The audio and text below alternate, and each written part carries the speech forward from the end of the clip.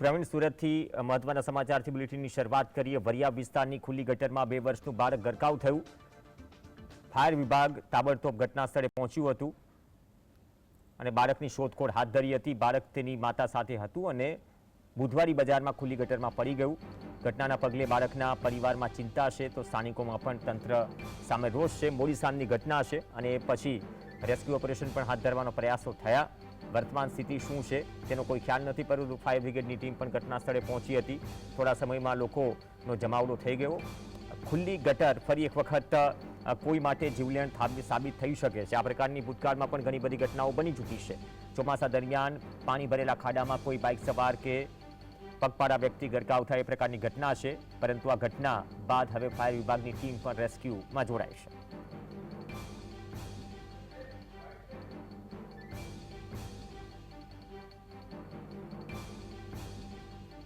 गाड़ी आई और फिर सर्च किया, एक एक मैनुअल जो खोल के आगे बढ़ते गए।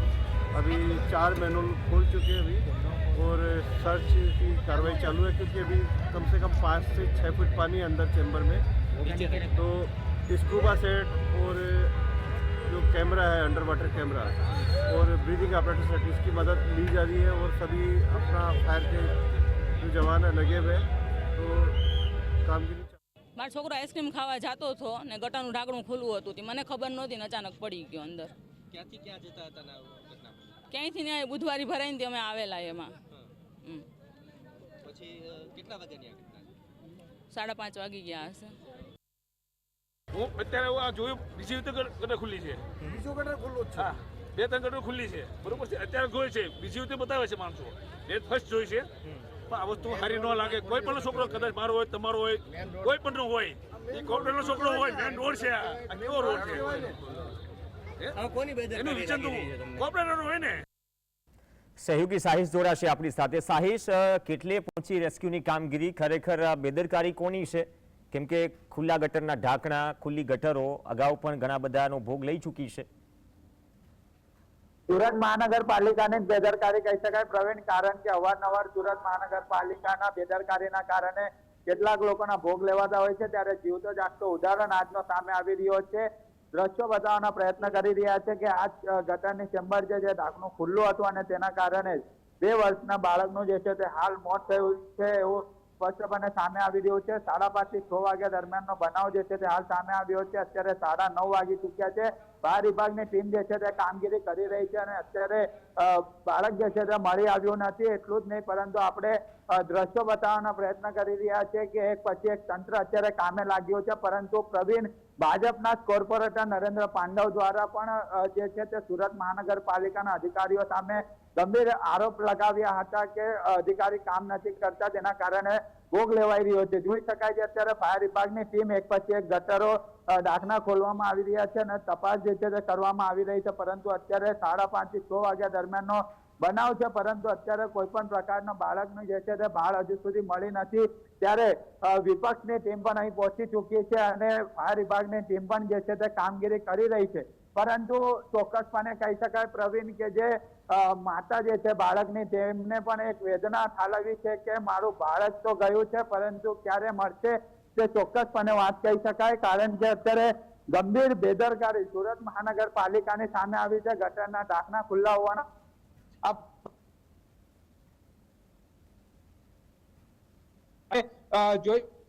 અત્યારે જે તંત્ર જે છે અત્યારે કામે લાગ્યો છે અને અત્યારે જમાવડો લોકોનો પણ અહીં જોવા મળી રહ્યો છે અને સાથે સાથે સુરત મહાનગરપાલિકાની ટીમ પણ અહીં પહોંચી ચૂકી છે।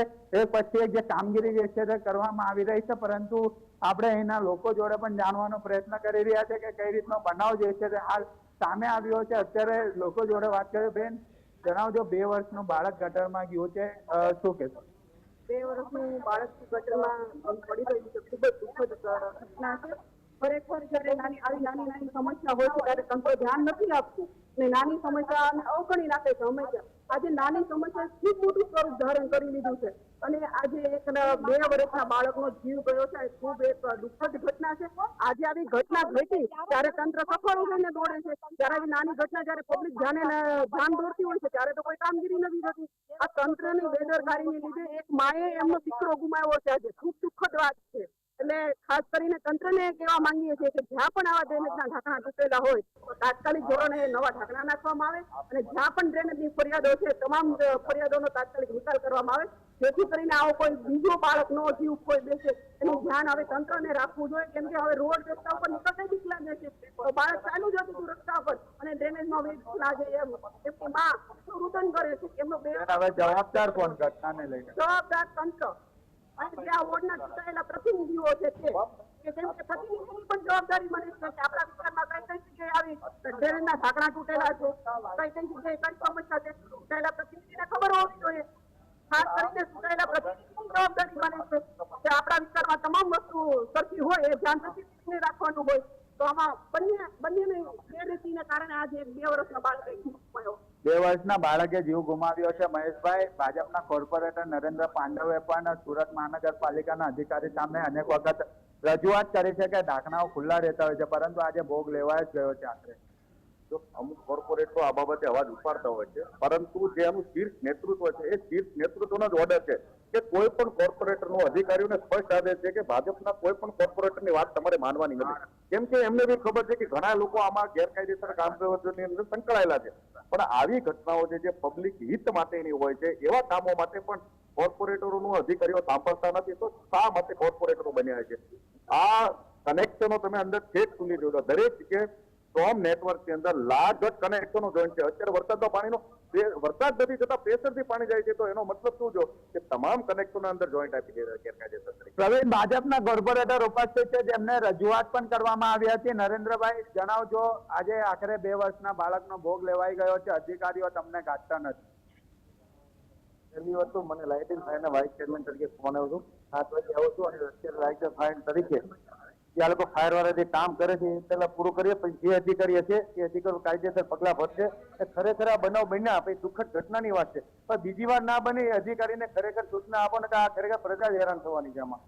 સાહિસ, આ વિસ્તારમાં શું થોડા દિવસો પહેલા એક રિક્ષા ખાડામાં ખાબકી હતી, જરા કોર્પોરેટર સાહેબને પૂછો. નરેન્દ્રભાઈ, પણ જે રીતના દ્રશ્યો વેડવાડિયાઓના પણ સામે આવ્યા છે, રિક્ષા ખાડામાં ખાબકી ગઈ હતી, ત્યાં પણ ખાડો જ ખોદવામાં આવ્યો હતો. અવારનવાર આવી ઘટના બનવી કેટલી ગંભીર બાબત.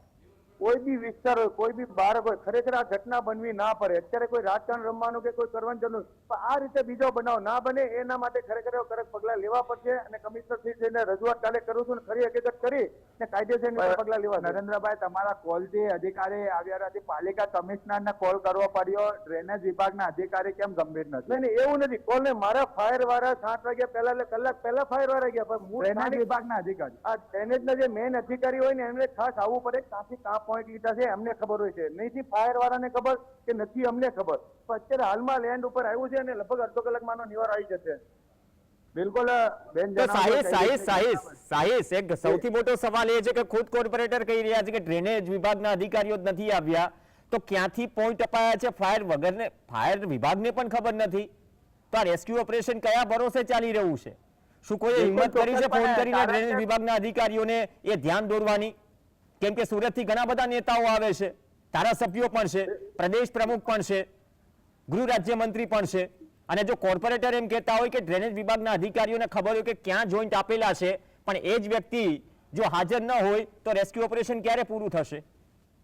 બિલકુલ ચોક્કસપણે તેમના દ્વારા કોલ કરવામાં આવ્યો હતો પરંતુ અધિકારી સ્થળ પર ના આવ્યા હતા. 5:30 વાગ્યાની ઘટના હતી. ડ્રેનેજ વિભાગના અધિકારી જે રાંદેર ઝોનની અંદર બેસતા હોય છે તે 8:30 વાગે આવ્યા હતા. તે પણ કોર્પોરેટર નરેન્દ્ર પાંડવે પાલિકા કમિશનર શાલિની અગ્રવાલને કોલ આપ્યો ત્યારબાદ. પરંતુ ગંભીર બાબત કહી શકાય પ્રવીણ કે ઘટના બની છે, પાલિકા કમિશનર ખુદ હજુ ઘટના સ્થળ પર નથી આવ્યા, તે પણ એક ગંભીર બાબત કહી શકાય.